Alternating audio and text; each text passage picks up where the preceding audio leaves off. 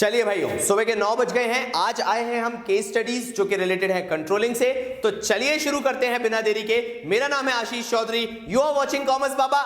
Let's begin. Do you think this is your time?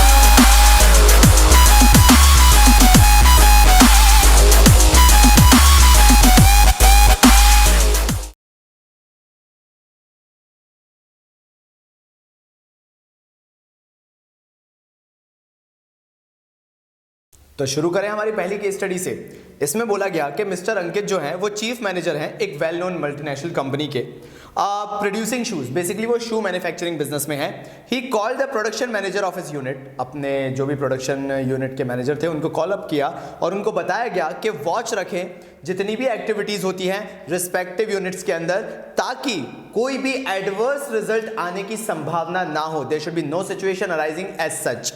फिर as long as the company runs it operation, employees at all the levels will adopt it to achieve result. So basically वो ये चाहते हैं कि किसी तरीके से concentrate किया जा सके सारे एम्प्लॉइज के एफर्ट्स को, सो दैट उनके टारगेट्स अचीव हो सके। जब ये चीज बताई जा रही है, you have to focus, you have to concentrate, you have to set the employees to a fix place ताकि वो चीजों को उसके अकॉर्डिंग कर सके। उन्होंने पूछा identify the function of management referred above. Function of management आ गया तो यहां पे सीधा आंसर होगा you are trying to control your employees. तो पहली चीज तो ये हो गई, describe its 3 features quoting lines from the above para.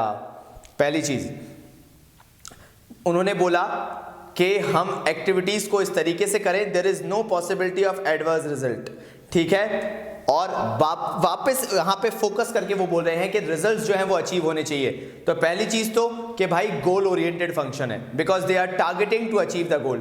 Second चीज उन्होंने बोला है कि कंसिस्टेंट और कंटिन्यूअस वॉच रखना है। कांस्टेंट वॉच की बात कर रहे हैं, तो अगर मैं कांस्टेंट वॉच की बात करूं तो controlling is a continuous process. और लास्टली उन्होंने बोला है at employees at all the levels. सारे लेवल्स के जो एम्प्लॉइज हैं उन सबके ऊपर आपको नजर रखनी है, उनके काम को जज करना है। तो it is a pervasive function, controlling is all pervasive. ये 3 लाइन कोट करके आप 3 फीचर्स जो हैं वो कंट्रोलिंग के बता देंगे। चलिए नेक्स्ट केस स्टडी।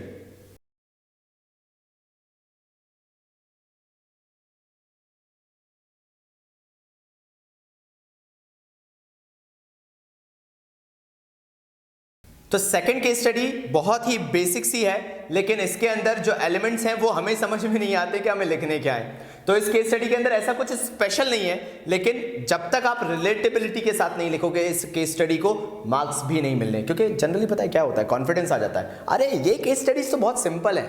लेकिन केस स्टडीज एक्चुअल में सिंपल होती नहीं है, केस स्टडीज होती टफ है। आप उनको समझ नहीं पाते हो, आपको लगता है आप आंसर लिखोगे और आपको मार्क्स मिल जाएंगे। जैसे ये केस स्टडी है, देखना। उन्होंने बोला Polycons limited is a firm manufacturing paper bags. Odisha में ये पेपर बैग्स मैन्युफैक्चर कर रहे हैं। आगे उन्होंने बोला कि इसमें फीमेल वर्कर्स काम करती हैं, और फिर वो आगे उसको बोल रहे हैं कि मैन्युफैक्चर जो पेपर बैग्स कर रहे हैं वो रिसाइकल्ड पेपर से कर रहे हैं, और उनको बहुत ही इकोनॉमी के रेट पे बेच रहे हैं, मतलब बहुत ही सस्ते दाम पे बेच रहे हैं, इकोनॉमिक रेट पे basically. Since last 1 month it's customers जो हैं, यानी जो भी फर्म्स हैं, are reporting of complaints received from the users. जो कस्टमर्स हैं वो काफ़ी कंप्लेंट्स कर रहे हैं कि जो भी ये पेपर बैग्स बनाए जा रहे हैं ये जो एक्चुअल में वेट है उसको कैरी नहीं कर पा रहे हैं, हैवी वेट्स कैरी नहीं कर पा रहे हैं, और टर्न अप इजीली हो जा रहे हैं, इजीली वो फट जा रहे हैं किसी भी तरीके से। पहली चीज़ पूछी गई यहाँ पे क्या चीज़ मिस आउट है, which function of management has been ignored above. यहाँ पे एक बेसिक सी चीज़ इग्नोर्ड है, और वो वापस से मैं बोलूँगा कंट्रोलिंग है। Why? Because they have not taken any amount of controlling measures, they have given all the freedom. मतलब यहाँ पे किसी भी तरह की चीज़ नहीं बोली गई। इकोनॉमिक मतलब यहाँ पे कोशिश ये की जा रही है कि जितना इकोनॉमिक हो सके, इकोनॉमिकल हो सके उतना इकोनॉमिकल बनाया जाए, जितना सस्ता हो सके उतना सस्ता बनाया जाए। लेकिन यहाँ पे कोई कंट्रोलिंग मेजर्स ये नहीं लिए गए कि एक्चुअल में क्वालिटी स्टैंडर्ड्स क्या होनी चाहिए। That means they have not set any amount of standards that which amount of quality they should follow. पहली चीज ये मिस आउट है। दूसरी चीज, there is no checking of what actually they have done. कोई भी तरह की किसी भी तरह का चेकिंग पैनल नहीं है जिसके कारण ये पता चल सके कि पेपर बैग्स वाकई में आपके लिए फायदेमंद है या नहीं है as usage, regular usage. Although they are keeping environment friendly products and they are empowering the women, that is a good thing। लेकिन प्रॉब्लम क्या आ रही है कि यहाँ पे वो चीज़ नहीं कर रहे हैं जो कि एक्चुअल में उनसे डिमांड की जा रही है। जो बेसिक यूज़ है पेपर बैग का वो नहीं हो पा रहा है, तो कंट्रोलिंग मिस आउट है। डिस्कस द स्टेप्स, फिर वही हो जाएगा। यहाँ पे आपको कंट्रोलिंग की जो पूरी स्टेप्स हैं वो आपको बतानी पड़ेंगी। सेटिंग टारगेट्स है, फिर आपको स्टैंडर्ड्स रखने पड़ेंगे, देन आपको इवैल्यूएट करनी पड़ेगी परफॉर्मेंस, आपको पूरी कंट्रोलिंग की जो स्टेप्स हैं पूरी की पूरी यहाँ पे समझानी पड़ेंगी। तो अपन बोल भी सकते हैं कि सेटिंग स्टैंडर्ड है, मेजरिंग परफॉर्मेंस है, फिर डिविएशन को एनालाइज करना है, ये सारी चीज़ें जो हैं ये हम किसके थ्रू कर सकते हैं, कंट्रोलिंग के थ्रू। तो सेकंड जो पॉइंट है उसके अंदर आपको सारी स्टेप्स बतानी पड़ेंगी कि whatever steps we have to take. पहली चीज़ स्टैंडर्ड्स थे, कंपेयर करना है, मतलब मेजर करना है, कंपेयर करना है, एनालाइज करनी है डिविएशन, और उसके बाद फॉलो अप एक्शंस लेने हैं कि किस तरीके से उस चीज़ को हम कवर अप कर सकें और आगे वो चीज़ें ना हो। फिर state the value being followed up by the company, women empowerment हो गया, सेविंग द एनवायरनमेंट हो गया, these are the values that is being kept by the company. चलिए नेक्स्ट केस स्टडी पे पढ़ते हैं।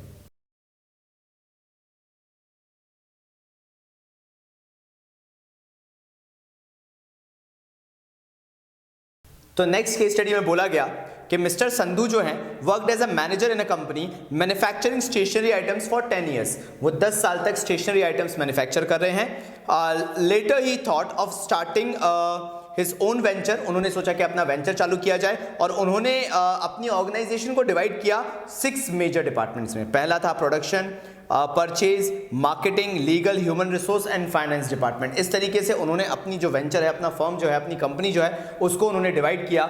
आगे बोला गया after a month he called upon a meeting, उन्होंने एक मीटिंग बुलाई, जो भी डिपार्टमेंटल हेड्स थे सबको एक जगह पे बुलाया और डिस्कशन किया।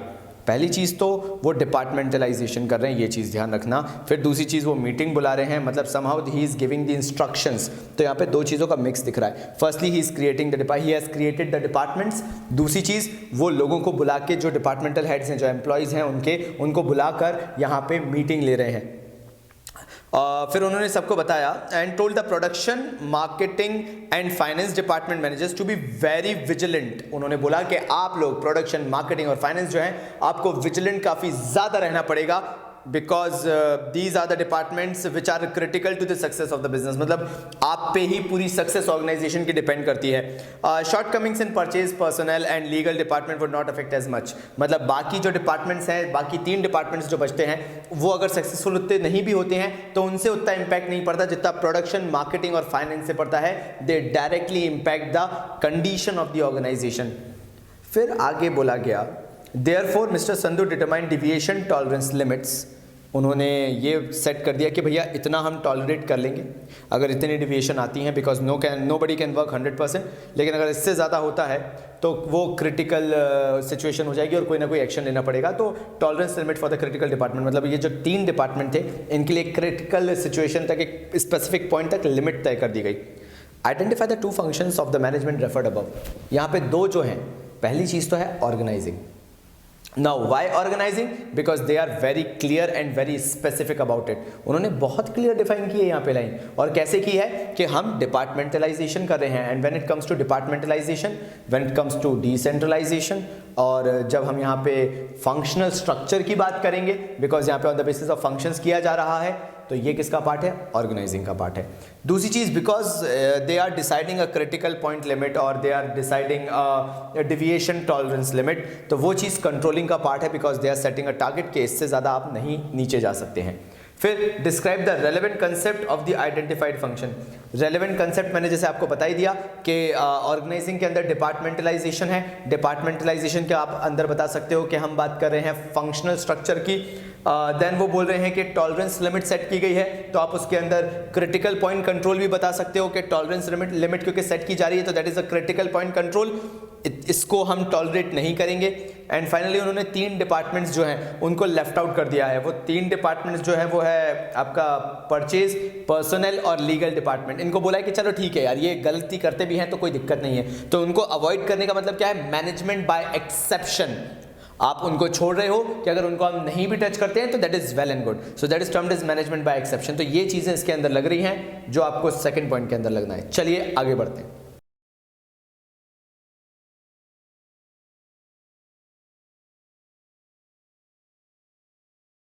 तो हमारी नेक्स्ट केस स्टडी बड़ी ही इंटरेस्टिंग है। ये इनडायरेक्टली एक सिचुएशन देके, एक सिनेरियो देके आपको पकड़ के ये पूछना चाह रहे हैं कि आप बताओ कि इसके अंदर क्या आप फिगर आउट कर पा रहे हो। तो उन्होंने बोला one day the management instructor of जो बीबीए थे क्लासेस के, एक पैनल डिस्कशन जो है वो उन्होंने ऑर्गेनाइज किया जो मैनेजमेंट के टॉपिक्स थे उसके ऊपर। फिर उन्होंने बोला the students were given the following clues for discussion. कुछ क्लूज दिए गए हैं।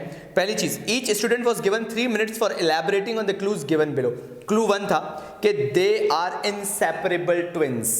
ये इनसेपरेबल हैं, बिना इसके ये नहीं है, बिना इसके वो नहीं है। बहुत ही बेसिक सी चीज़ है ये तो, कि प्लानिंग और controlling goes hand in hand. हमने जो रिलेशनशिप पढ़ा था उसके अंदर पहली चीज़ थी नेचर एंड कंसेप्ट जो था, जो बेसिस था, जो स्ट्रक्चर खड़ा होता है नेचर एंड जो कंसेप्ट है उसके बेसिस पे planning and controlling goes hand in hand. Planning is deciding in advance, controlling is looking at के जो चीज़ें डिसाइड की गई हैं एडवांस में whether they are being followed or not. So they are inseparable twins. Second, interdependent है, interrelated है, reinforce each other है। फिर वही हो जाता है, planning and controlling are interdependent and interrelated. Reinforce each other का मतलब है कंट्रोलिंग ये रीइंफोर्स करता है, ये प्रेशर डालता है, ये पॉइंट आउट करता है whatever we have planned we have to stick with that plan. Planning क्या बोलता है, without controlling no plan can be successful, you have to control the environment to get the plan successful. तो interrelated है, interdependent है। Finally they both are forward looking as well as backward looking. मैं इसको बहुत बार बोल चुका हूं तो ज्यादा एक्सप्लेन नहीं करूंगा। Planning is forward looking as well as backward looking because it learns from the controlled environment they have worked upon। पहले जो भी controlled environment था उसमें जिस भी तरीके से काम किया था, planning learns a bit from that। Why controlling is backward looking? Because controlling tries to find out the deviation जो कि regular time interval जो चला उसके बीच में जो भी deviations आए थे वो। Why it is forward looking? Because controlling makes sure that those mistakes should not be repeated। ये इसका आंसर होगा। बहुत सरल था, लेकिन फिर वही बात कि लिखना क्या होता है, रिलेशनशिप आएगा इसके अंदर, ये कैसे पता चला, ये चीज आपको समझना जरूरी है। चलिए आगे बढ़ते हैं।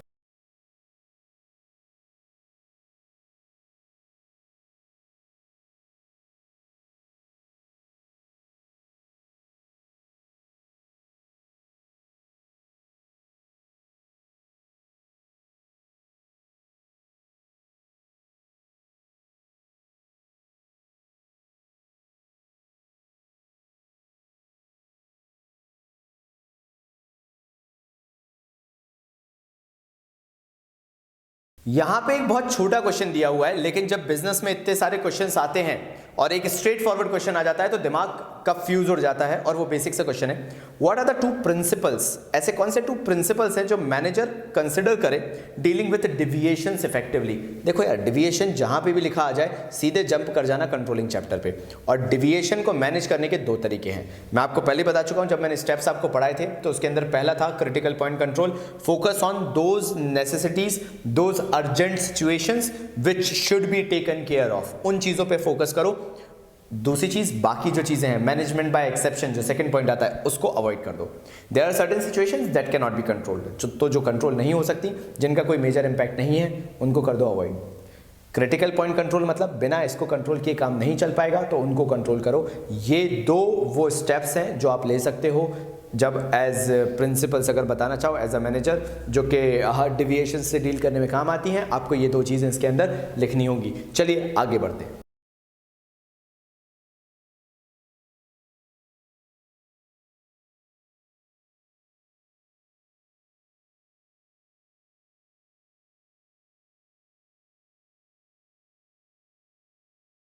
देखो यार, इसके आंसर बहुत लोग बहुत तरीके से बताएंगे और मैं आपको एक बहुत बेसिक सी चीज़ बता देता हूं कि हमारा भारत वो जगह है जहां पे 50 पैसे के लिए तक झगड़ा हो जाता है। मैं आपको एक छोटी सी हिस्ट्री अगर बताऊं तो कोक ने इतिहास रच दिया था 10 रुपए की कोका कोला को 8 रुपए में समर्स में बेच के, और पेप्सी की धज्जियां उड़ा दी थी। क्यों? क्योंकि हमारे इंडिया में पैसा पैसा काउंट होता है। तो याद रखना, when it comes to price of a commodity, cost of production plays a vital role. क्योंकि ये केस स्टडी जो मैं बोलने वाला हूं ये इसी पे बेस्ड है। उन्होंने बोला यू आर अ मैनेजर, आप एक मैनेजर हैं कार मैन्युफैक्चरिंग कंपनी के। It is reported that postal expenses जो हैं, जो चिट्ठी पत्र वाले खर्चे होते हैं, वो 10% से बढ़ रहे हैं, लेकिन cost of raw material is increased by 2%। जो रॉ मटेरियल की कॉस्ट है वो 2% से बढ़ गई है। And believe me, when this 2% comes in as the increase in the cost, it is a major setback for any company, because company को अपनी पूरी प्राइसिंग स्ट्रेटेजी को रिवाइज करना पड़ेगा, पूरे प्रॉफिट मार्जिन को रिवाइज करना पड़ेगा। कंपनी के लिए बहुत बड़ा सेटबैक होता है जब कंपनी की कॉस्टिंग इंक्रीज होती है। तो अगर पोस्टल एक्सपेंसेस 10% क्या 25% तक भी बढ़ जाते तो कंपनी के लिए टेंशन वाली बात नहीं है, because that is something company can figure out in any other way. But when it comes to simply the cost of raw material, वो 2% क्या 1% भी होगी, कंपनी के लिए बड़ी प्रॉब्लमेटिक हो सकती है। तो उन्होंने आगे बोला, which of the two deviation is more critical to you, it is related to which concept of controlling. ठीक है भाई, तो मेरे हिसाब से तो वो जो रॉ मटेरियल का 2% है ना, वो बड़ा प्रॉब्लमेटिक सिचुएशन है, बिकॉज कंपनी का ओवरऑल देखो, एक प्रोडक्ट की बात नहीं है कि 2% बढ़ रहा है, हजारों लाखों यूनिट्स बनाई जाती हैं और उस पे 2% करके करोड़ों अरबों तक जा सकता है। It can turn up into the millions जो कंपनी का कॉस्टिंग है वो बढ़ जाए। तो don't think about a single product, don't think for a micro basis, think on a macro basis कि कंपनी का कितना लॉस हो सकता है। और बाकी पोस्टल वगैरह that can be taken care of otherwise in any aspect, वो अलग से देखा जा सकता है। तो यहाँ पे आप क्या बोलोगे, यहाँ पे जो मैनेजमेंट का फंडा लगा है, सबसे पहली चीज जो वो है आपका क्रिटिकल पॉइंट कंट्रोल। मतलब आपको ये देखना पड़ेगा कि आपका क्रिटिकल पॉइंट कंट्रोल क्या है, और यहाँ पे आप बोलोगे 2% increase in the cost of raw material, that should be the critical point control. And जो पोस्टल वाला है that should be management by exception, उसको छोड़ दो, कोई दिक्कत नहीं है। समझ में आया, रीजन समझ में आया? चलिए आगे बढ़ते हैं।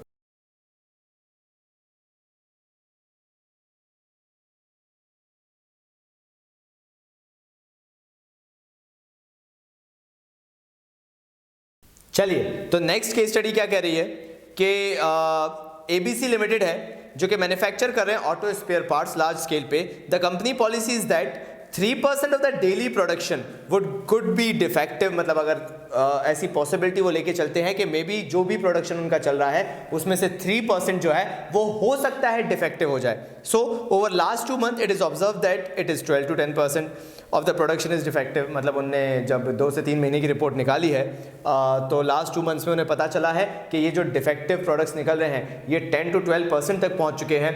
Which function of management is required to correct the above case, state the procedure to be followed to correct the things.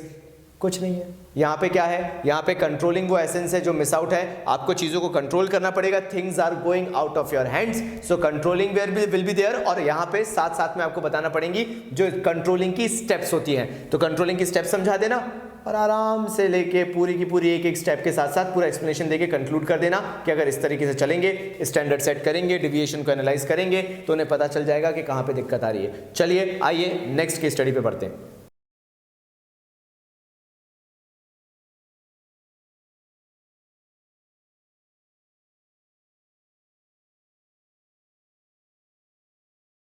तो भाई ये लाइन बड़ी पॉपुलर है, तो ऑब्वियसली मैं चाहता था कि इस पे एक जो पर्टिकुलर क्वेश्चन है वो जरूर आपको पता हो। बोला गया which principle of management control is based on the belief an attempt to control everything may end up controlling nothing. ये कौन सा कहता है? मैनेजमेंट बाय एक्सेप्शन कहता है। अगर आप चाहोगे कि आप सारी चीजों को पकड़ के कंट्रोल करने की कोशिश करो, not going to happen. So it is better to control those things which are important, which falls under critical point control. वो सेपरेट चीज है। बट यहाँ पे क्या बोला गया? There should be management by exception. कुछ चीजों को आपको अवॉइड करना पड़ता है which you cannot control and that is termed as, again मैं कहूंगा, management by exception. चलिए नेक्स्ट केस स्टडी की तरफ बढ़ते हैं।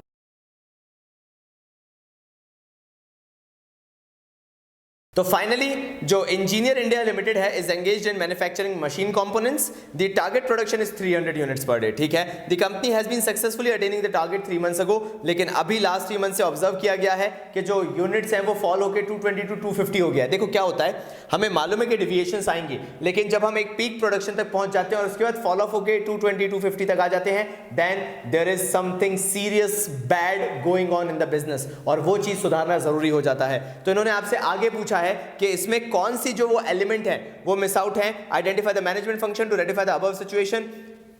कंट्रोलिंग है, और इसके अंदर आपको अगेन स्टेप्स को एक्सप्लेन करना पड़ेगा, ये बताना पड़ेगा कि किस तरीके से प्रॉपर वे ऑफ कंट्रोलिंग से हम ये चीजें अवॉइड कर सकते हैं।